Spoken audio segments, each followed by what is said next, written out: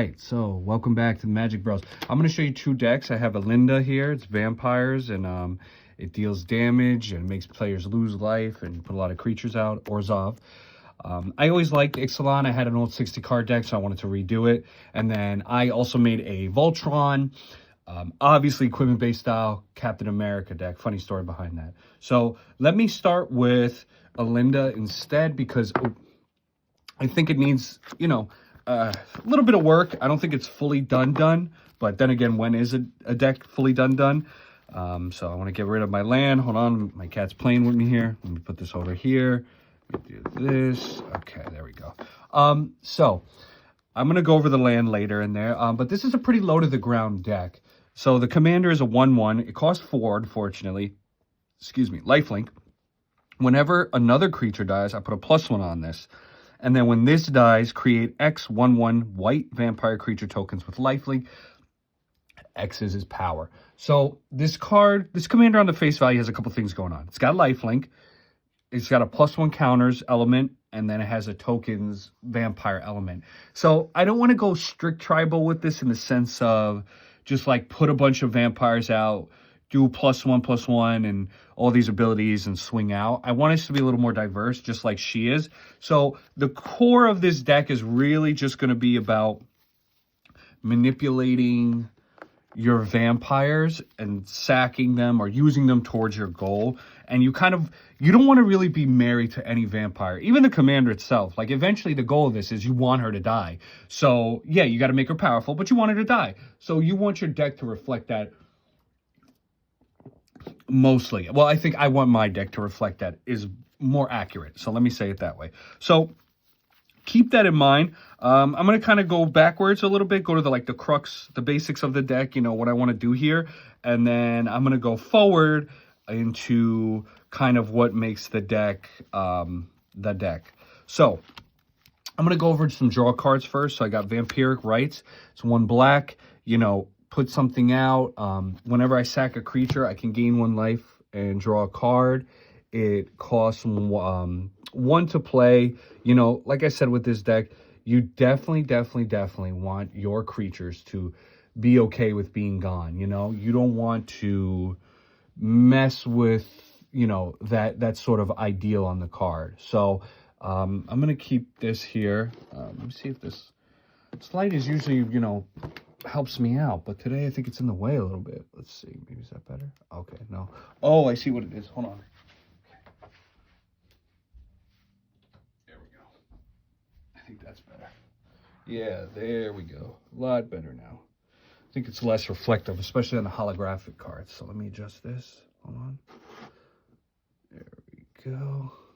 Okay. So I think it's a lot better now. So yeah, so I could sack things. You want to be sacking things. It costs 2. You gain a life and draw a card. It's out on the first turn. You may not use this right away, but hey, I think this card is always good to play, especially with this kind of deck, which you'll see in a minute. Black Market Connections, pulled this, so I got to throw it in. It's 3-mana enchantment. So create a treasure. Was at the beginning of my pre-combat main phase, I could choose 1 or more. So I can make a treasure, draw a card, or create a 3/2 colorless shapeshifter with changeling. So it's a vampire. They cost 1, 2, and 3 life. So I can pay up to 5. I can pay as little as 1, but I have to pay at least 1 life. So something to think about, but you can go big or go home with this deck, especially with life. Night Feeder's Visitation is basically Night's Whisper. I just like it because it's there, and it fits on theme because it's like this special art. So draw 2 cards, lose 2 life. Calavino, I'm counting as draw, just because, whenever you attack, which you should be attacking every turn, even if the thing's going to be blocked and dying, it should still be benefiting you. So you could turn that thing into potentially a bigger thing. It dies, you draw a card, and it becomes a 4/3 instead. Baron Bertram is a little clunky too, but it's the same thing of tap 2, sack a creature and artifact, draw a card. Honestly, you don't even really care about the top ability, but you have other cards in there that you're willing to sack. It just happens to produce a vampire rogue, and I like cards that produce unique tokens, so I got one of those, so I'm going to include it. I got High Society Hunter rounding out the deck, 5/3 flyer. When it attacks, I can sack something. Again, what you want to do, put a +1. Non-token creature dies, draw a card. So you can always draw a card, but only on your turn can you put a +1. Easy trade. Sanguine Spy is not the best card, I'm going to be honest with you, but it's on theme, and I like the card. I like New Capenna, and I like that it's a vampire. 2 colors, 1 black, 2/3 menace lifelink. Tap 1, sack another creature, look at the top card, put that card into my graveyard. At the beginning of my end step, if there are 5 or more mana values among cards in my graveyard, pay 2 life, draw a card. This helps me get through the deck really quick. I like that. Next one is Dust Legion Duelist. So 2/2 Vigilance with 1 or more +1s are put on this. Again, you're going to be doing that a lot. Draw a card. It only triggers once, but hey, get to draw a card. And it has Vigilance, which is nice. Dust Legion Zealot. This is just a 1/1 cantrip. Fantastic. Forerunner of the Legion. So you get to search for a vampire. And then in perpetuity, as long as this is out, whenever a vampire enters, you can give a creature +1. Welcoming Vampire. 2/3 flyer. Just great because it only triggers once, yes. But whenever you play a creature with power 2 or less, which in this deck, there's a lot of them, you get to draw a card. So you're going to draw a lot of cards. Spoiler alert. Preacher of the Schism, 2/4 Death Touch. A little bit of the same thing in the way of these other cards. So when it attacks, if it attacks the player with the most life or tied for the most life, you create a 1/1 white vampire token with lifelink. Great. If you have the most life or tied for the most life, you draw a card and lose 1 life. Fantastic. So another way to refill your hand. Twilight Prophet. Again, this is just a phenomenal card, draw a card. You know, needs no explanation there for what it does. I mean, it's just so good. Sword Imperious Bloodlord. Again, this is just a phenomenal planeswalker. Gets you everything you want. It hikes it out. Awesome. Cover of Darkness, the latest reprint, man, from Assassin's Creed. So obviously choosing Vamps. They got Fear. Boom. Done. Radiant Destiny, another good one. You're going to have the Ascend. And it would suck if it wasn't more guaranteed, but I literally have so many vampires in here and so many token vampire producers. There is no way I don't have Ascend. As far as I've been playing this deck so far, I've had Ascend, I would say 80% of the time I had Ascend on turn 4 or 5, the latest. But 100% I got Ascend. I never had a game where I didn't get Ascend. It maybe just came later, but that's still good. Flare of Malice is a 4-mana instant, but it's basically free because I can sack a non-token black. I have a lot of black vampires and make each opponent sack a card. Fantastic. Swords of Plowshare, it's amazing. I'm not even going to go into it. Blasphemous Edict, this is a newer one. 1 swamp. Instead, if there are 13 creatures, there most likely will be. Each player sacks 13. So this could help you and fuck over your opponents. Anguished Unmaking, classic. Vona's Hunger. I like this because it has an instant, even though it's not the best card in the world. So Ascend, again, you're going to have it. 3-mana instant. Each opponent sacks a creature. Could be a lot. Each opponent sacks half their creatures rounded up if you have the City's Blessing. Again, you're going to have the City's Blessing, and it's sacked, so it gets around some things. Dark Ritual, need mana. Soul Ring, mana. Culling the Weak. Again, you want to get rid of creatures, so you're happy for the 4. I got Tithe in here. It's 1 plains instant from Visions. Search your library for plains. If you control fewer land than target opponent, you may search for an additional plains, reveal and put them to your hand, shuffle. So you get it into your hand, yes, but it's 1 mana that gives you 2 plains. That's all it has to be, is a plains. So you can do a plain swamp. No restriction, right? So you get those at instant speed in Orzhov. Can't beat it. I'm sorry. I don't care what you say. Talisman of Hierarchy, 2 mana, classic. Arcane Signet, classic. Fellwar Stone, not going into. Orzhov Signet, great. Patchwork Banner, this gives me 1 mana of any type when I tap it, but it also gives vampires +1/+1. To go into the removal, I got a little bit of extra removal here in the form of creatures with Vona. So it has Vigilance. This is the important part that makes this card not dog shit. 4/4 lifelink, tap it, pay 7, destroy non-land permanent. Fantastic.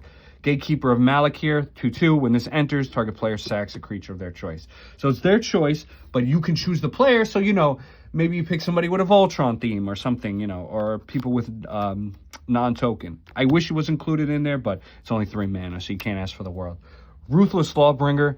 Honestly, not that great of a card, but I want to keep creatures out. I want things dying, and I want to live some vampires. 3/2 for 3. When it enters, you can sack another creature.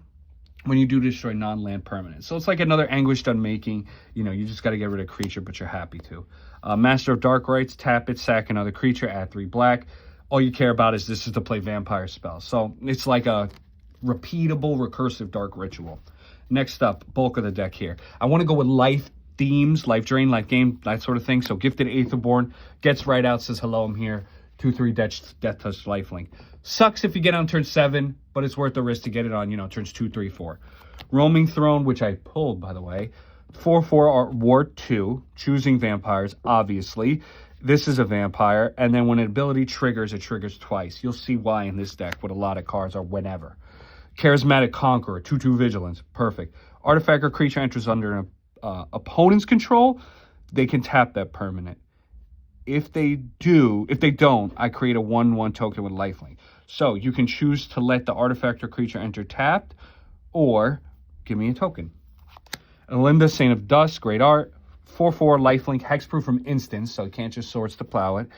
As long as my life total is 41, it's a 5/5 with Menace. If my life total is 50, it's a 10/10 with Menace and lifelink and hexproof. So you're going to be at 50 really quick. You'll see with this deck. This thing is a 10/10, especially if you get it early. Bloodline Keeper, just a great token producer. Drana and Linvala, 4 mana, 3/4 flying vigilance. You shut down opponent's activated abilities, and then you get to play them, and you can use mana of any color. Fantastic. Yahenni, just a nice quick 2/2 haste. When a creature an opponent controls dies, put a +1, so you can pump it up. Sack a creature, you can give it for indestructible until end of turn. So I like that it comes out right away. Elenda's Hierophant, another one, 1/1. Flying, important. Whenever you gain a life, put a +1. When it dies, create X tokens. Basically a copy of Elenda. Drana Liberator, flying, first strike, 2/3. When it deals combat damage, put a +1 for each attacking creature. I just found out last week, and I have played this card in my old decks since like 2019, that what that means, though, is that this deals damage first, as first strike, so then it pumps up all your creatures within the combat phase. Amazing. Got a 1 mana, simple Vampire Cutthroat, lifelink Sulk, beautiful. Knight of the Ebon Legion, great card, build up. Sky Marcher's Aspirant, just could be a really good flyer. Can't beat a 1 mana flyer.